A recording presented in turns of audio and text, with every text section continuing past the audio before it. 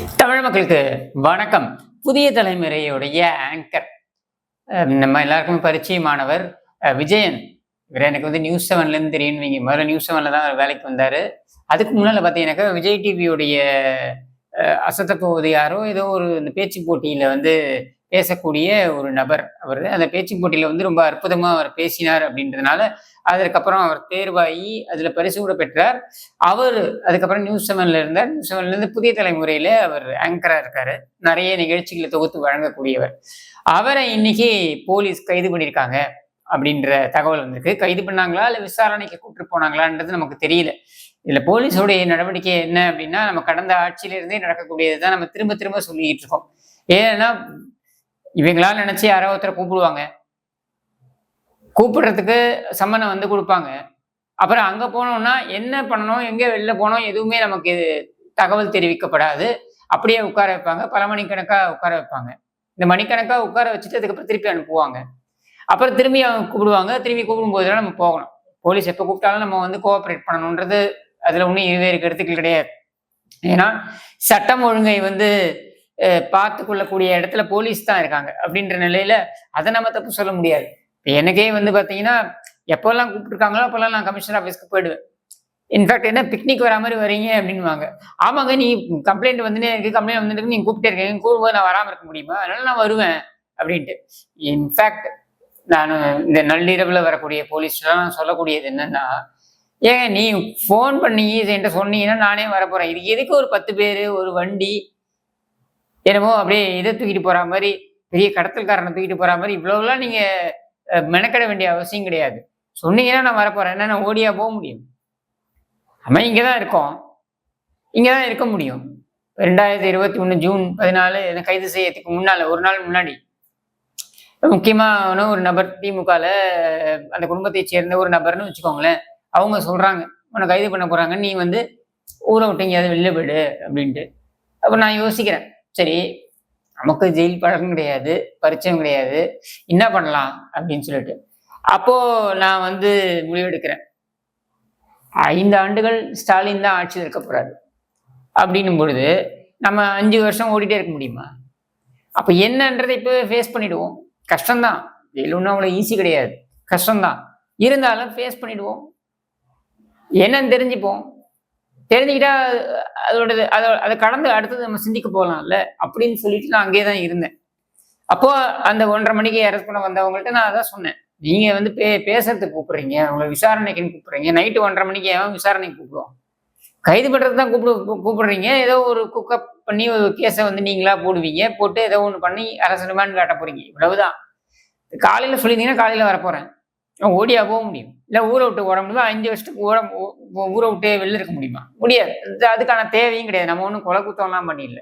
அப்படி இருக்கும்பொழுது விஜயன் இப்பொழுது கைது செய்யப்பட்டிருக்கிறார், அல்லது விசாரணைக்கு நேற்றிலிருந்து இன்று வரையில் அவர் விசாரணையில் வைக்கப்பட்டிருக்கிறார். அவரிடமிருந்து மொபைல் போனையும் பறிமுதல் செய்திருக்கிறார்கள் என்ற நிலையில நான் விசாரித்த வரையில் வந்திருக்கின்ற தகவல், இந்த எம்எல்ஏக்கள் அவர்களிடம் பேரம் பேசியது, அதாவது அவருக்கு 35 கோடி ரூபாய் பேரம் பேசியது அப்படின்னு இந்த ஐபிடிஎஸ் திருநாக்கரசன் ஒருத்தரை கைது பண்ணியிருக்காங்க பாருங்க.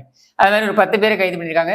செந்தில் பாலாஜிக்கு நெருக்கமானவர்கள் அல்லது செந்தில் பாலாஜிக்கு பரிச்சயமானவர்கள் அப்படின்னு சொல்லி ஒரு 7-8 பேர் கைது பண்ணியிருக்காங்க. அதுல இந்த ஐபிடிஎஸ்ஸையும் கைது பண்ணியிருக்காங்க. இப்போ உச்சபட்சமாக ஒரு முன்னணி தொலைக்காட்சியுடைய ஒரு தொகுப்பாளராக இருக்கக்கூடிய ஒரு நபர், நன்கு பரிச்சயமான ஒருத்தரை கைது பண்ணியிருக்காங்க.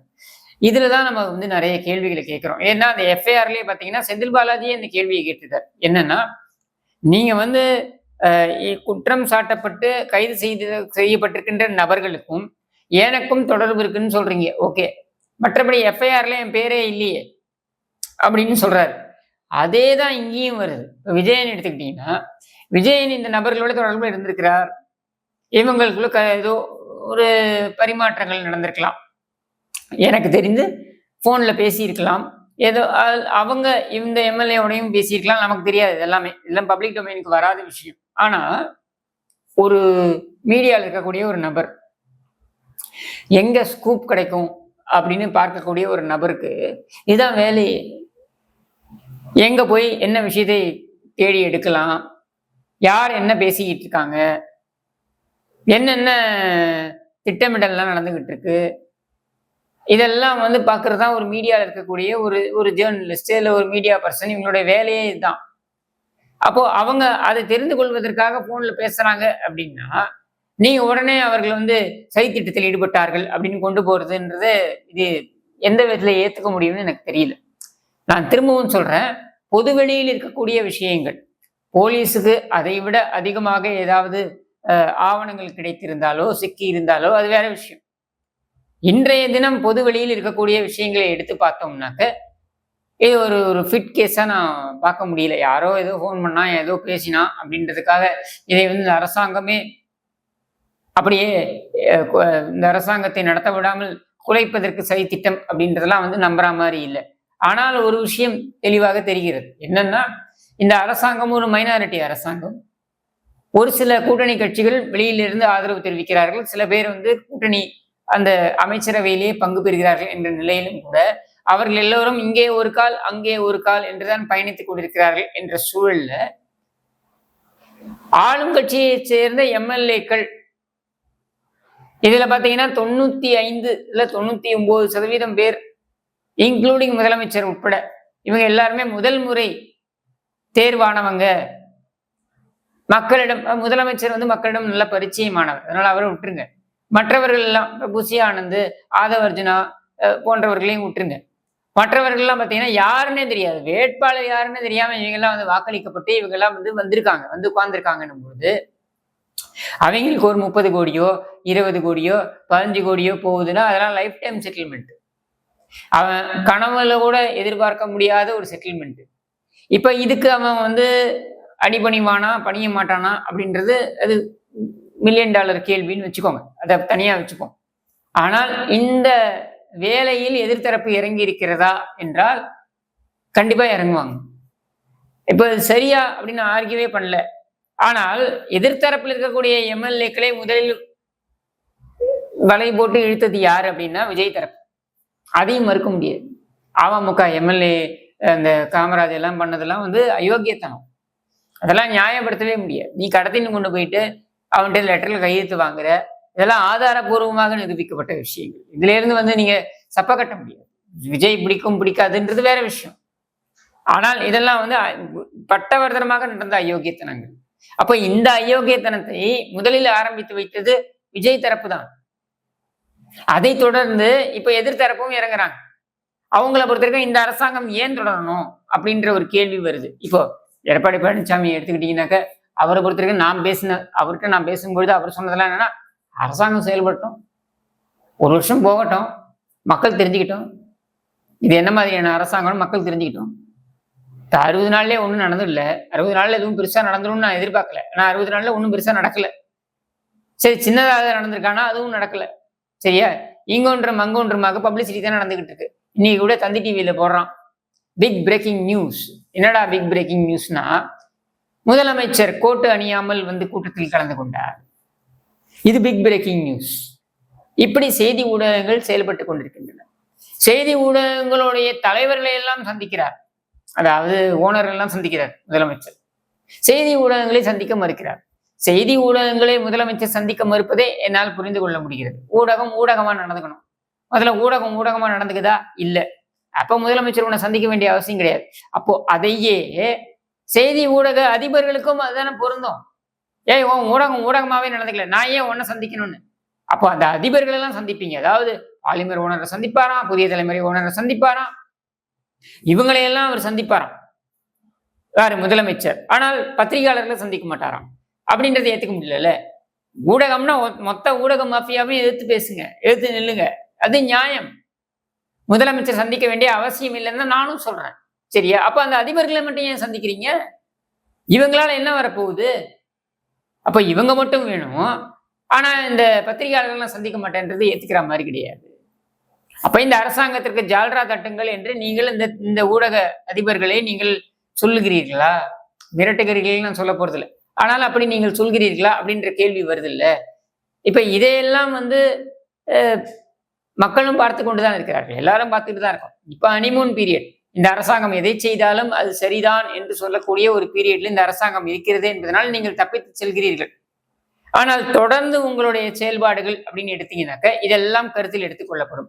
நான் திரும்ப திரும்ப சொல்றேன், இந்த அரசாங்கத்தை பொறுத்த வரைக்கும் நீங்க ஊடகவியாளர்களை மிரட்டுவது, கருத்துக்களை சொன்னார்கள் என்பதற்காக அவர்கள் மீது நடவடிக்கை எடுப்பது, சமூக வலைதளங்களில் கருத்துக்களை சொல்கிறார்கள் என்பதனால் மீது நடவடிக்கை எடுப்பது, இதுக்கு ஒரு சப்ப கட்டுறாங்க. விஜயுடைய கட்சியினர் அவங்க என்ன சப்ப கட்டுறாங்கன்னா, கருத்து வேற அவதூறு வேற அப்படின்ட்டு. அவதூறா இருந்தாலும் அருவருக்கத்தக்க பேச்சாக இருந்தாலும் அது வன்முறையை தூண்டாத வகையில் இருக்கின்ற நிலையில, அல்லது வன்முறையை தூண்டவில்லை என்றால் அந்த கருத்துக்கு, அந்த அவதூறுக்கு, அந்த ஆபாச பேச்சுக்கு வழக்கு போடுங்க, நீதிமன்றத்திற்கு இழுங்க, கைது. தவறு தவறு தவறு. அது யார் செய்தாலும் தவறு. அது அதிமுக செய்தாலும் தவறு, அது திமுக செய்தாலும் தவறு, இன்றைக்கு தாவேகா செய்தாலும் தவறு தவறு தவறு. இது ஒரு தவறான ஒரு முன்னோடி, இதை செய்யாதீர்கள் அப்படின்றத நான் திரும்ப திரும்ப அழுத்தம் திருத்தமா சொல்றேன். இன்னைக்கு தாவேகாவினர் கொடுக்கக்கூடிய அதே சப்பை கட்டைத்தான் கடந்த ஆட்சியின் போது திமுக கொடுத்தார்கள். அவங்க அநாகரீகமாக பேசுவார்கள், அவதூறாக பேசுவார்கள். நாங்கள் வேடிக்கை பார்க்க வேண்டுமான, உங்களை யாரும் வேடிக்கை பார்க்க சொல்லல, வழக்கு போடு, நீதிமன்றத்துக்கு இழு. கேட்டா நீதிமன்றத்துல பல ஆண்டுகள் நடக்கும், அது வரைக்கும் நான் காத்திருக்க முடியுமா? காத்திருக்கணும். சட்டம் அதைத்தான் சொல்கிறது. சாமானிய மக்கள் காத்திருக்கிறார்கள். சாதாரணமா ஒரு சொத்து பிரச்சனை, ஒரு நில பிரச்சனை, 5 சென்ட் நிலம் 6 சென்ட் நிலம், இந்த நில பிரச்சனை அப்படின்றதுக்கு 30 வருஷம் 40 வருஷம் காத்துட்டு இருந்தவன்லாம் இருக்கான். 2 தலைமுறை இறந்து போய் 3வது தலைமுறை சண்டை போட்டுக் கொண்டிருக்கிறது இன்னமும் நீதிமன்றத்துல. இதெல்லாம் நடந்து கொண்டிருக்கிறது. அப்படி இருக்கும் பொழுது சட்டம் அதோடைய வேகத்துல தான் அது இயங்கும். அதையெல்லாம் காரணம் காமிச்சு உன்னுடைய போலீஸை வைத்து கொண்டு நீ மிரட்டுவது என்பது ஏற்புடையது அல்ல. இது அரசு பயங்கரவாதம், இது அரசு அராஜகம். இதை ஏற்றுக்கொள்ள முடியாது. இதை திரும்ப திரும்ப இந்த அரசாங்கமும் செய்ய போகிறது என்றால் நான் சொல்றேன், நீங்களே உங்களுடைய கேடை நீங்கள் தேடிக்கொள்கிறீர்கள். அதை கடந்து வேற ஒண்ணும் கிடையாது.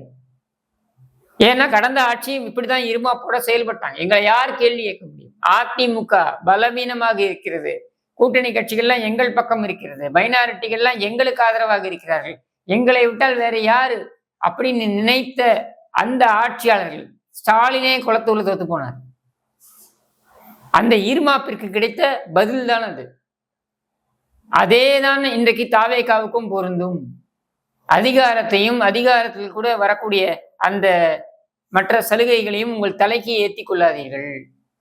நீங்கள் ஏற்றி கொண்டீர்கள் என்றால் ஒரு பிரச்சனையும் கிடையாது. இன்னைக்கு சிறையில வைப்பீங்க, நாளைக்கு சிறைக்கு போயிட்டு வெளியில வர போறோம், உனக்கு ஆதரவா செயல்படுவான்னு மட்டும் நீ கனவுலையும் நினைக்காத. அதே மாதிரி நீ இந்த மாதிரி 4 பேரை சிறையில அடைச்சா மத்தவங்க எல்லாம் வாயை மூடிப்பாங்க பயந்துகிட்டு அப்படின்னு நினைக்க போறேன்னா அதுவும் தப்பு. அந்த 2 நாள் வேணா அப்படி இருக்கலாம், அந்த 40 பேர்ன்றவங்க 80 பேரா மாறுவாங்க உனக்கு எதிராக பேசுறவங்க. இதுதான் உண்மை. இந்த உண்மையை புரிந்து கொண்டு தயவு செய்து இது போன்ற செயலில் ஈடுபடாதீர்கள். அரசாங்கத்தை கவிழ்க்க யாராவது முயற்சிக்கிறார்கள் என்றால், மக்களே என்னுடைய அரசாங்கத்தை கவிழ்க்க பார்க்கிறார்கள் பாருங்கள் என்று மக்களிடம் சென்று நீங்கள் முறையிட்டாலே உங்களுக்கு ஆதரவு பெருகும். 1980 புரட்சித் தலைவர் எம்ஜிஆர் அவர்களுடைய ஆட்சியை கலைத்தார்கள். அப்ப அவர் உடனே போனார், தாய்மார்களே உங்களிடம் நான் கேட்கிறேன், நான் வேற யாரும் கேட்கல, தாய்மார்களே உங்களிடம் நான் கேட்கிறேன், நான் என்ன பாவம் செய்தேன் அப்படின்னு அவர் கேட்டார். அதற்கு ஒரு மிகப்பெரிய ஒரு ஆதரவு கிடைத்தது. மக்கள் மன்றத்தில் முறையிட்டார்.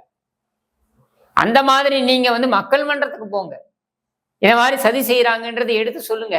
அதற்கெல்லாம் உங்களுக்கு அனைத்து உரிமையும் இருக்கு. இன்னும் சொல்ல வேண்டும் என்றால் உங்களுக்கு உண்மையிலேயே ஆதரவு பெருகும். அதை விட்டுவிட்டு இருக்கிற நல்ல பேரை இன்னைக்கு இந்த ஹனிமூன் பீரியட்ல இருக்கிறதுனாலயோ அல்லது விஜய் மேல இருக்கக்கூடிய அந்த ஒரு நல்ல ஒப்பீனியனாலேயோ ஒரு இந்த அரசாங்கத்தின் மீது ஒரு நல்ல அபிப்பிராயம் இருந்து கொண்டிருக்கிறது. ஆனால் அது கொஞ்சம் கொஞ்சம் கொஞ்சமாக அது தேய்ந்து வருகிறது, தேய துவங்கி விட்டது அப்படின்றத மட்டும் என்னால பார்க்க முடிகிறது உங்களுடைய இத்தகைய செயல்பாடுகளினால். அப்ப இந்த செயல்பாடுகள் உங்களுக்கு பாதகமாக முடிந்து வருகிறது அப்படின்றத புரிஞ்சுக்கிட்டீங்கன்னா சரி. இல்ல அதிகார போதை தலைக்கு ஏத்தி கூட்டு நாம நினைக்கிறதுதான், நாம 15 வருஷத்துக்கு நாம தான் நிரந்தரம், 20 வருஷத்துக்கு நாம தான் நிரந்தரம், 30 வருஷத்துக்கு நாம தான் நிரந்தரம், இத மாதிரி சர்வ வல்லமையுடன் அமர்ந்த முதலமைச்சர்களை எல்லாம் இந்த மாநிலம் பார்த்திருக்கிறது. 183 தொகுதிகளில் வெற்றி பெற்று சர்வ வல்லமையுடன் வந்து அமர்ந்தவர் தான் கருணாநிதி 71. அதே மாதிரி 2 தொகுதிகளுக்கு திமுகவை தள்ளிவிட்டு 1991 சர்வ வல்லமையுடன் வந்து அமர்ந்தவர் தான் செல்வி ஜெயலலிதா. 96 அதே செல்வி ஜெயலலிதாவும் கூட தோத்து போனார் பர்கூர்ல. அப்போ சர்வ வல்லமையுடன் அமர்ந்த கட்சி தான் திமுக. கருணாநிதி மறையும் பொழுது செயல்படாத எம்எல்ஏவாக மறைந்து போனார், முதலமைச்சராக கூட இல்லை. இதான அரசியல் வரலாறு. அதனால இந்த வரலாறை எல்லாம் கொஞ்சம் புரட்டி பார்த்து தெரிஞ்சுக்கோங்க. நீங்கள் வரலாறை மாற்றி நீங்கள் மாற்றத்தை கொடுக்கக்கூடியவர்களாக இருந்தாலும் கூட இதையெல்லாம் நீங்கள் ஒரு பாடமாக எடுத்துக்கொள்ளுங்கள். இந்த மாதிரியான ஒரு சர்வாதிகார போக்கு இதுல ஈடுபட்டு உங்களுக்கு எதுவும் கிடைக்க போறதில்லை அப்படின்றத ஒரு எச்சரிக்கை மணியா அடிக்கிறேன். காதுல விழுந்தா சரி, கேட்டுக்க முடியாது. நீங்க செய்யறதா எல்லாம் கரெக்டா நீங்க நினைச்சு பண்றீங்கன்னா உங்கள் இஷ்டம். வணக்கம்.